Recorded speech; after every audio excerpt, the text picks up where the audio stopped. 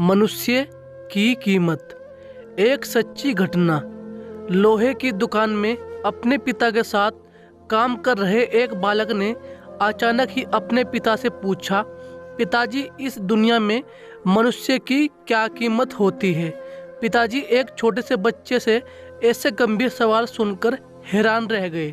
फिर वे बोले, बेटे, एक मनुष्य की कीमत आंकना बहुत मुश्किल है, वो तो अनमोल है। बालक, क्या सभी उतना ही कीमती और महत्वपूर्ण है? पिताजी, हाँ बेटे। बालक कुछ समझा नहीं। उसने फिर सवाल किया, तो फिर इस दुनिया में कोई गरीब तो कोई अमीर क्यों है? किसी की कम रिस्पेक्ट तो किसी की ज़्यादा क्यों होती है? सवाल सुनकर पिताजी कुछ देर तक शांत रहे और फिर बालक से स्टोर रूम में पड़ा एक लोहे का रोड लाने को कहा। रोड लाते ही पिताजी ने पूछा, इसकी कीमत क्या होगी? बालक, 200 रुपये पिताजी। अगर मैं इसके बहुत से छोटे छोटे कील बना दूं तो इसकी क्या कीमत हो जाएगी?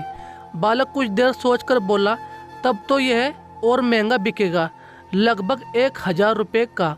पिताजी, अगर मैं इस लोहे से घड़ी के बहुत सारे स्प्रिंग बना दूं तो? बालक कुछ देर गणना करता रहा और फिर एकदम से उत्साहित होकर बोला, तब तो इसकी कीमत बहुत ज़्यादा हो जाएगी।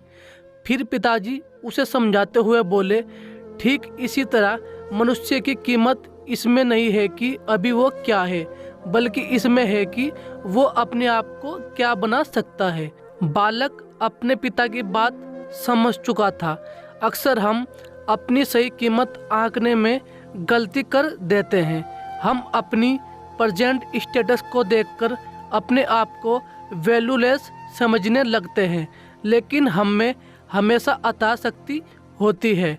हमारा जीवन हमेशा संभावनाओं से भरा होता है। हमारे जीवन में कई बार स्थितियाँ अच्छी नहीं होती, इससे हमारी वैल्यू कम नहीं होती है।